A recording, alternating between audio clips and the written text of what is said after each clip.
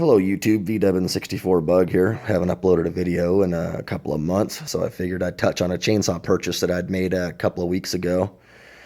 It's a Stihl 021, which is about a 40cc chainsaw, 16-inch bar. I was in need of a beater saw, something I could cut a bunch of brush up with around the property, and if I were to hit a nail or run through a piece of wood and into the dirt, it wouldn't ruin my day. So anyhow, I got on my local Craigslist and found this saw. Like I said, it was about 35 miles away or so. And we had a pawn shop, drove down there and took a look at it. And I did like what I saw, and he was asking a fair price. It definitely wasn't too beat up. And he demonstrated that it did run as the description stated, and 3 or 4 rips on the cord and it fired up, but he held it wide open from a stone cold start, and I thought, wow, man, that's not very good on the engine. It hadn't had a chance to lubricate or warm up or anything. But anyways, it did its thing and he shut it down. And I should have asked him to restart it, because at that particular point, I know it wouldn't have started again. It had some carburetor issues, and it appeared to have some fuel coming out directly from the muffler itself. So I brought it home the following day and attempted to cut some wood with it.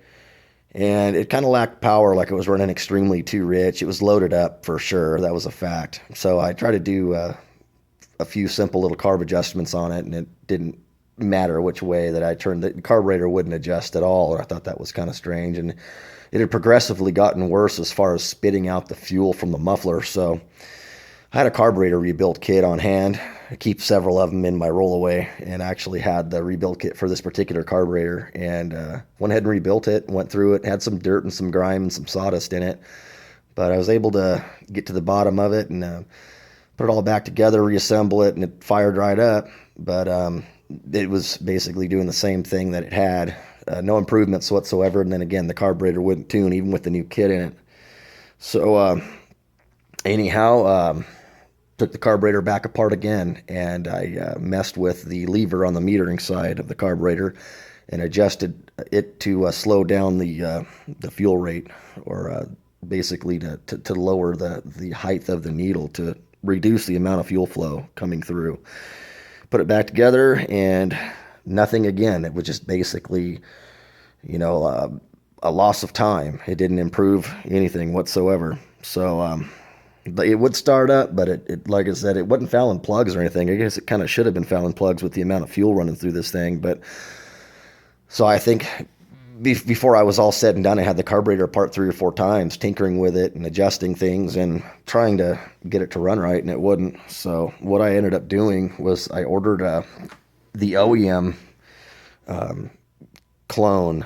So I basically got the model number on this carburetor, looked it up online. I actually purchased it off of eBay, and just a China carb came in the mail a couple of days later. Popped that thing on, and it just come to life. It idled perfectly. It transitioned perfectly. It had tons of power. So it was definitely a carb issue. And what I've come to the conclusion of is that it had a worn out seat. And this is not the first time that this has ever happened to me in the past. It's I guess kind of a common problem with these things if you get some serious time on them, and who would know, without doing a complete carb swap like I did. But I had a gas blower that I've had for like 15 or 20 years, and I just keep it running. I throw a couple of bucks at it here and there, but it does continue to run and run pretty good for me. But same thing happened with it. I ended up having to put a new carb on it. The seat will wear out in the carburetor, and it'll just bypass all of that fuel, will bypass and just go right into the cylinder. And that's what was happening to this thing. It was just blowing it right out of the muffler. So once I got the carburetor on it and started it up, man, it almost didn't even need any adjustment. Even at my altitude, it basically just did its thing, transitioned really well, had tons of power, and couldn't have been happier with it. So just to let you know, some carburetors are not rebuildable. They get to the point where they just get completely worn out. I've talked to a couple of small engine mechanics that do it for a living, and there's passages in some of these little carburetors that are next to impossible to get clean. And if one sits around for too long, I've heard that they have to go that route as well and just replace them altogether. But anyhow, I got it back together and running. I cut up some hardwood with it and got a nice little wood pile going on, so I'm happy. And upon using it or shutting it, just before I shut it down, I've used it for 2 or 3 days now. The clutch started to slip really bad on it, and it would even smell. So I took it apart tonight, and the shoes, they look great. There's all kinds of meat on them. So, but the clutch bell, the centrifugal clutch, was just tons of oil in it from the bar oil, I guess. So I cleaned it really good, really thoroughly, and hopefully I'll start it up tomorrow, and my issue will be resolved. But all in all, I just wanted to touch base. And I on that blower of mine that I'd mentioned, I think I put 3 different carb kits in it, and it never improved. So at some point, you got to kind of call it a day and just drop, basically buy a new carb for the thing. And that's what I did with this, and that's what remedied the problem.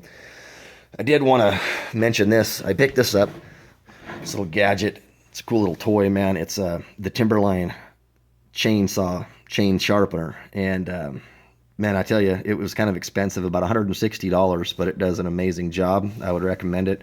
You can eBay it or Google it, Amazon.